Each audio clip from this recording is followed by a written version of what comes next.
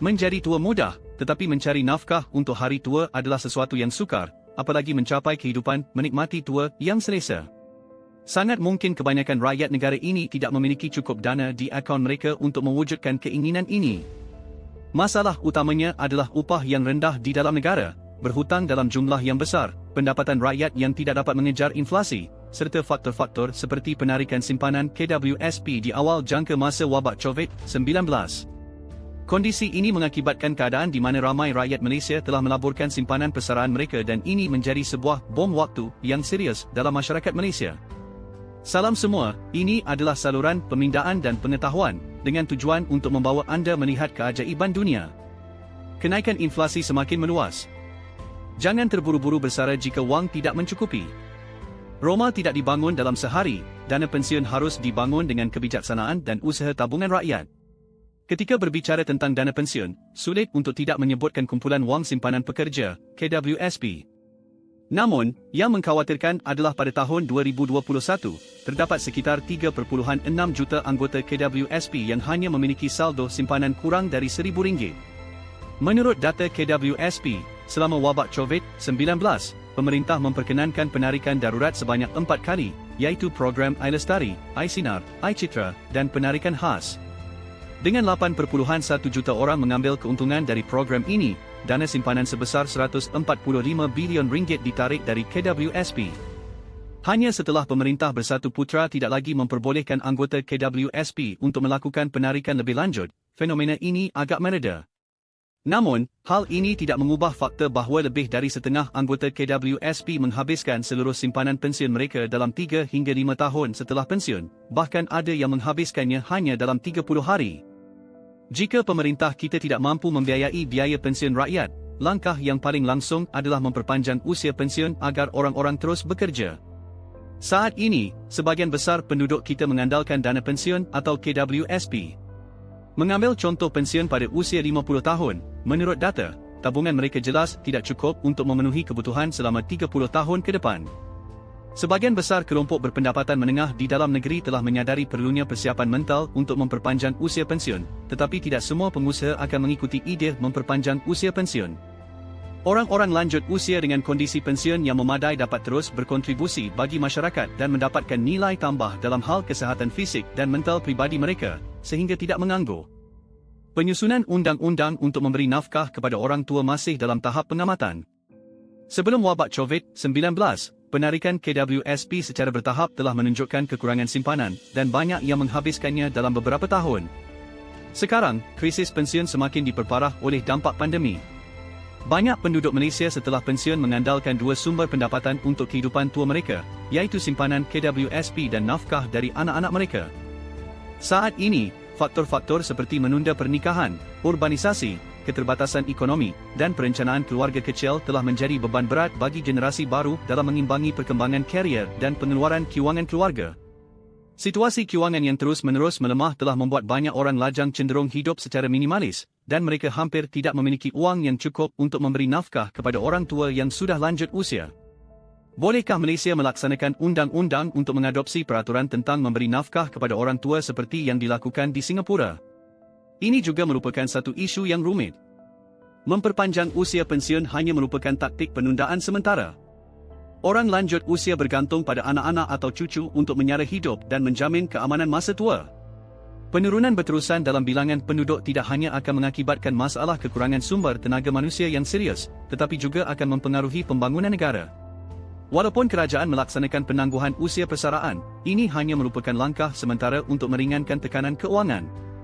Singapura melaksanakan undang-undang penyaraan ibu bapa pada Jun 1996 dan menjadi negara pertama di dunia yang melakukannya, dengan menetapkan secara jelas bahawa setiap anak, tidak kira dalam apa keadaan, mempunyai tanggungjawab undang-undang untuk menyara ibu bapa mereka. Jika anak-anak tersebut gagal memenuhi tanggungjawab tersebut, ibu bapa boleh mengambil tindakan undang-undang dan menuntut bayaran penyaraan. Walaupun beberapa tahun yang lalu seorang Menteri Malaysia pernah menyebut tentang melaksanakan undang-undang untuk melindungi ibu bapa yang ditinggalkan atau diseksa oleh anak-anak mereka, cadangan tersebut tidak dikemukakan selanjutnya. Hanya baru-baru ini seorang menteri mencadangkan rancangan undang-undang untuk golongan lanjut usia bagi menangani anak-anak yang enggan menyara ibu bapa mereka. Pada masa ini, orang ramai hanya menunggu berita selanjutnya. Pada tahun 2030, Malaysia dijangka menghadapi fenomena penuaian penduduk. Trend penuaian global semakin teruk, dengan kebanyakan negara Eropah dan Amerika menetapkan usia persaraan yang lebih tinggi. Contohnya, negara-negara seperti Itali, Denmark, Greece, dan Iceland menetapkan usia persaraan pada 67 tahun, manakala Amerika Syarikat dan United Kingdom menetapkan usia persaraan pada 66 tahun. Terdapat juga beberapa negara yang menghadapi konflik sosial berkaitan dengan usia persaraan. Sebagai contoh, pada bulan April tahun ini, Jawatankuasa Perlembagaan Perancis meneruskan undang-undang reformasi yang menaikkan usia persaraan dari 62 tahun kepada 64 tahun. Tindakan ini menimbulkan ketidakpuasan di kalangan penduduk tempatan, yang berhak untuk berunjuk rasa dan berdemonstrasi. Keadaan ini turut mengakibatkan konflik kekerasan antara penunjuk rasa dan pihak polis, membawa usia persaraan kepada titik kritikal. Jepun mempunyai tahap penuaian penduduk tertinggi di dunia. Kembali kepada Asia, Jepun adalah negara dengan tahap penuaian penduduk tertinggi di dunia. Lebih kurang 3/3 daripada jumlah penduduk Jepun yang berusia 65 tahun ke atas masih bekerja, walaupun usia persaraan undang-undang adalah 64 tahun. Namun, dalam sektor swasta, umumnya usia persaraan pekerja syarikat telah meningkat hampir sehingga 70 tahun. Negara jiran, Singapura, yang mempunyai usia persaraan semasa 63 tahun, juga merancang untuk memperpanjang usia persaraan kepada 65 tahun pada tahun 2030. Selain itu, usia kembali bekerja juga akan diperpanjang hingga 70 tahun, dengan memberi galakan aktif kepada orang lanjut usia untuk kembali ke tempat kerja. Di sisi lain, data Jabatan Perangkaan Malaysia menunjukkan bahawa kadar pertumbuhan penduduk negara pada tahun 2020 adalah 1.7%. Dijangka pada tahun 2030, Malaysia akan menghadapi masalah penuaian penduduk, dengan 15.3% daripada jumlah penduduk berusia 60 tahun ke atas. Trend retiri Vote Not Quit meningkat. Malaysia juga menghadapi kadar kelahiran keseluruhan yang terendah dalam 50 tahun terakhir, dengan kadar kelahiran keseluruhan turun kepada 1.7 bayi setiap 1,000 orang pada tahun 2020. Negara kita telah menghadapi fenomena penuaian penduduk dan penurunan kadar kelahiran yang menjadi kenyataan. Kerajaan mungkin perlu menanggung beban perbelanjaan perubatan dan kebajikan yang lebih besar pada masa depan. Namun, banyak negara juga telah secara beransur-ansur memanjangkan usia persaraan.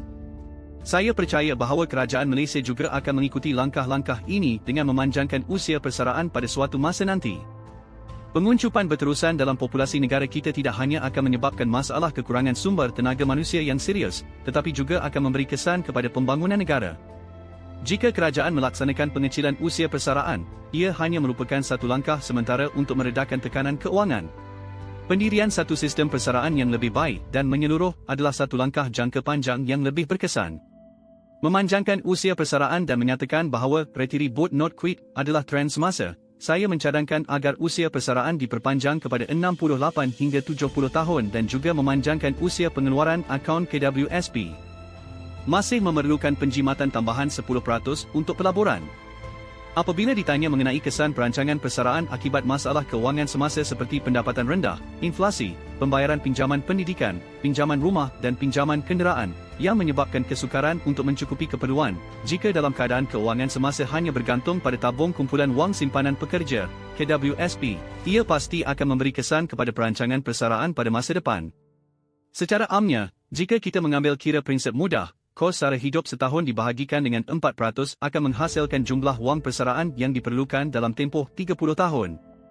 Ini bermakna, selagi perbelanjaan tahunan yang dikeluarkan tidak melebihi 4% jumlah wang asal, dengan mengambil kira inflasi, jumlah wang persaraan ini dapat menampung perbelanjaan hidup selama 30 tahun. Kecuali jika pendapatan seseorang sangat tinggi dan kadar sumbangan KWSP juga tinggi, maka persaraan hanya bergantung kepada KWSP mungkin mencukupi.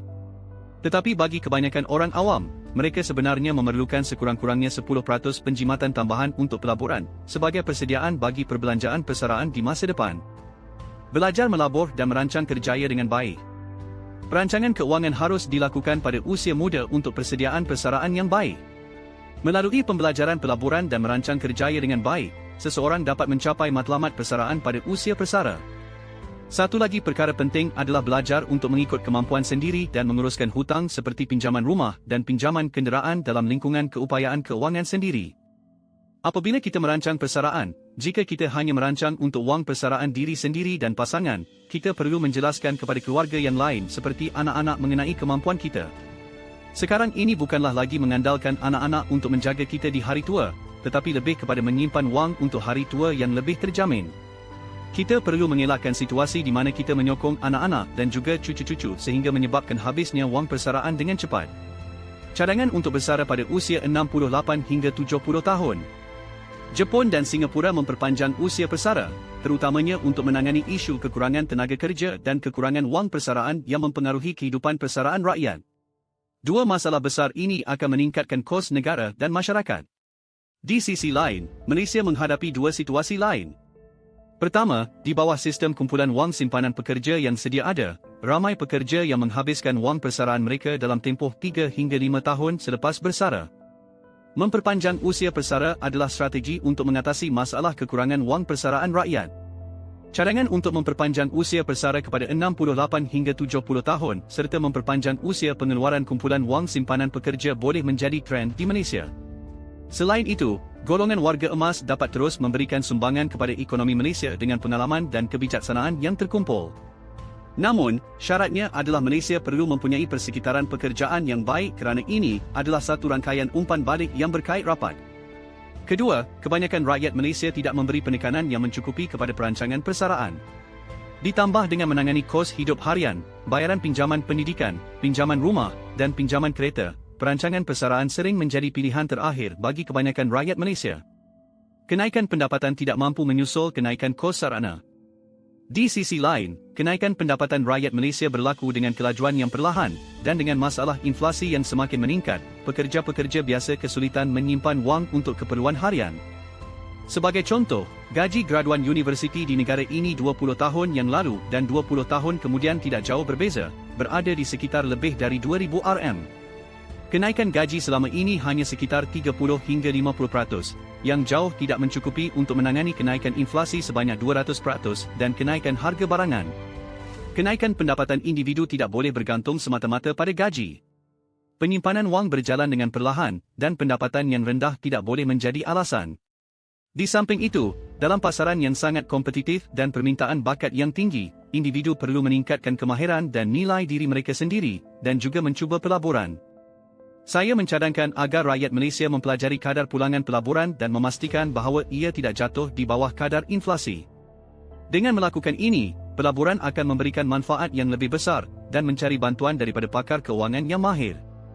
Adalah penting untuk mempunyai pemikiran yang melibatkan perancangan untuk persaraan, sama ada melalui bekerja secara bebas, kerja sambilan, atau usaha sendiri. Terima kasih atas sokongan dan perhatian anda. Jika anda menyukai karya-karya saya, sila tekan suka, kongsikan dan langgan saluran saya. Ini akan memberi motivasi kepada saya untuk terus mencipta dan berkongsi lebih banyak kandungan.